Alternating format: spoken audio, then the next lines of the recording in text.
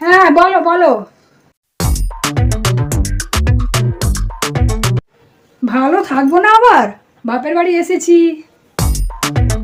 হ্যাঁ ঠিকই বলেছো, বাপের বাড়িতে 11:30টার সময় তো সকাল শুরু হয়।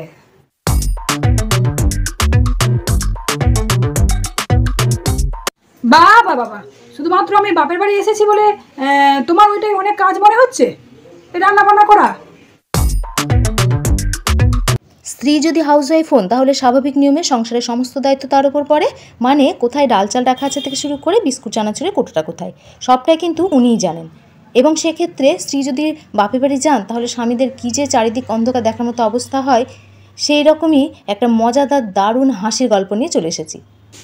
আর আমি যে ঘর মুছি, বাসন মাজি, কাপড় কাচি, আর সেগুলো আমি তখন কিছু করি না, না কোনো কাজ। যাক, তোমাকে আর ওসব বলে কোনো লাভই নেই।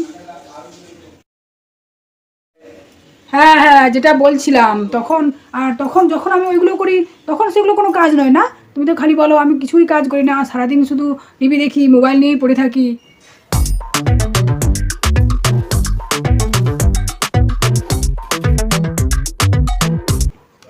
ও আমি এত বেশি কথা বলছি বলে তোমার তরকারি পুড়ে গেল? বাবা।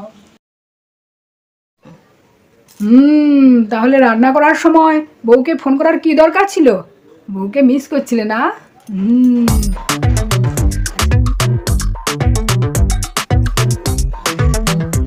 কি, আমাকে মিস করোনি? লবণ খুঁজে পাচ্ছিলে না বলে তাই আমাকে ফোন করছিলে?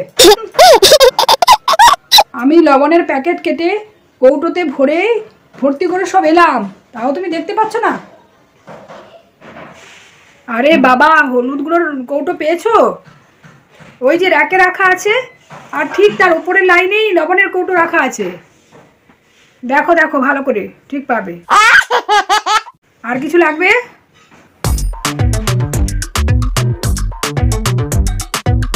বাথরুমে সাবান নেই? তো নেই তো কি হয়েছে তার? যেখানে স্টোরে সাবান রাখা থাকে সেখান থেকেই তো নিয়ে নাও না।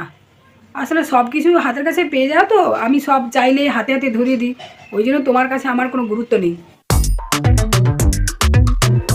হ্যাঁ, কি বলে? घर के मुर्गी डाल बराबर? এই শোনো শোনো, घर का मुर्गी डाल बराबर नहीं है, घर का मुर्गा करेला बराबर, समझा है?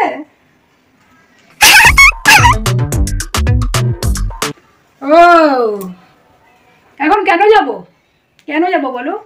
এই তো সবেমাত্র 2 দিন হলো আমি বাপের বাড়ি এসেছি, এখন তো আমার যাওয়ার কথা নয়। নিজের যা হোক যাবতীয় রান্না নিজে একা একা খাবে, ওইটুকুই করতে তোমার খুব কষ্ট হচ্ছে। বেশ হয়েছে, এবার বোঝো আমি সংসার থাকলে কি করি। আমি আরও কিছুদিন থাকবো, তুমি দেখো না, তুমি বোঝো এবার, বোঝো ঠেলা, নিজে রান্না করে নিজেই খাও, খুব তো বড় বড় কথা বলো, কি করো তুমি, কি করো, এবার আমি আরও কিছুদিন থাকছি। হ্যাঁ, আর একটা কথা বলছি শোনো, আমি নেই বলে তোমার আবার যেন না ডানা গজায়, আর না আবার যেন না কোনো পাখনা গজায় নতুন করে। নো বন্ধু বান্ধব, নো আড্ডা, এই আমি বলে দিলুম।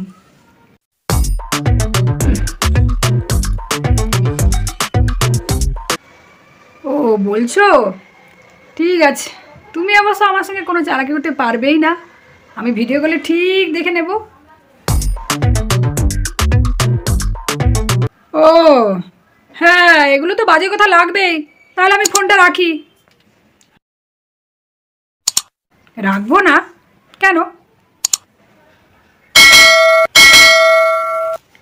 এই রে, কাঁচা লঙ্কা যে নেই, ওইটা যে ভুলে গেছি বলতে। না না না, এটা জানানো যাবে না। হ্যাঁ কি বলছো, কাঁচা লঙ্কা পাচ্ছ না?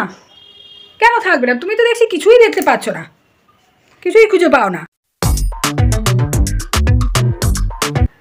এটাও তোমাকে জানাতে হবে? তুমি কি সব ভুলে যাও? ছাদে যে অতগুলো লঙ্কা গাছ আছে তাতে 20খানার মতো কাঁচা লঙ্কা ঝুলছে, তো ওখান থেকে তুলে আনতে পারছো না? না এটুকু মনে রাখতে পারছো না? ও এখন এখন বলছো, ওই লঙ্কা গাছে আমি জল দিতে ভুলে গেছিলাম বলে, শুকিয়ে গেছিল বলে আমাকে কত কথা শোনালে, কত কথা, তখন তো কথা শোনাতে কম করনি। এখন লঙ্কাগুলো নিচ্ছ না কেন? যে কারণে লঙ্কা গাছ লাগানো, জল দেওয়া, এত কষ্ট করা, এত আমাকে কথাগুলো সহ্য করতে হচ্ছে, এবার তোমার সাদা লঙ্কা তোলো, তুলে রান্না করো। কথা শোনার তো ভালোই তোমার মনে থাকে, আর এখন কাজের বেলা তো কিছুই মনে থাকছে না। হ্যাঁ, আর শোনো বলে দিচ্ছি, এরপরে টমেটোর খোঁজ পড়বে। আর বলে দিলাম আগে থেকে, লঙ্কা গাছের পাশে কিন্তু টমেটো গাছ রয়েছে, আর আমি দেখেছি 10-12টা টমেটো ধরেছে, ওইগুলো নিয়েই চালিয়ে দিও।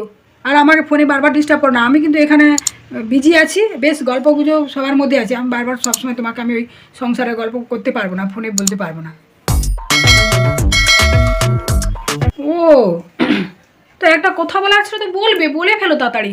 এতে আবার অত ভাবছো কেন? অত ভাবনা চিন্তা করে বের করতে হচ্ছে কেন? কি ব্যাপার বলো তো? কথার মধ্যে তোমার এত ভয় ভয় লাগছে কেন? কি কথা হতে পারে? কি করেছো তুমি? বড় কিছু অপরাধ করে বসনি তো?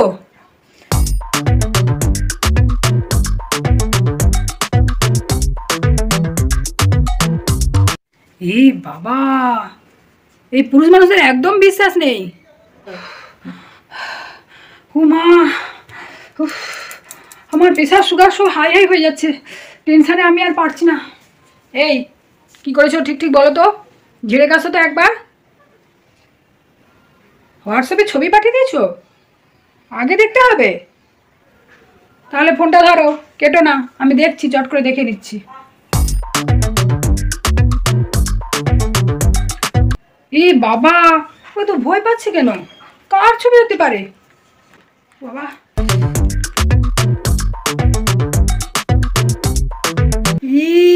বাবা, এটা মাছের ছবি। আবার মাছের ছবি পাঠিয়ে লিখেছে। কি লিখেছে? ও, এটা কি মাছ একটু বলে দাও তো। পারি না। হ্যাঁ বাবা, বলো বলো। তুমি এটা চিনতে পারলে না এটা কি মাছ? এটা তো ইলিশ মাছ। তো না চিনতে পারলে নাকের কাছে তো একটু গন্ধ শুকেও বুঝতে পারতে। বাবা, তোমাকে নিয়ে আর পারা যায় না বাবা, বোকা হাঁদা কোথাকার। আবার সেই এক কথা, আবার খালি কবে আসবে কবে আসবে।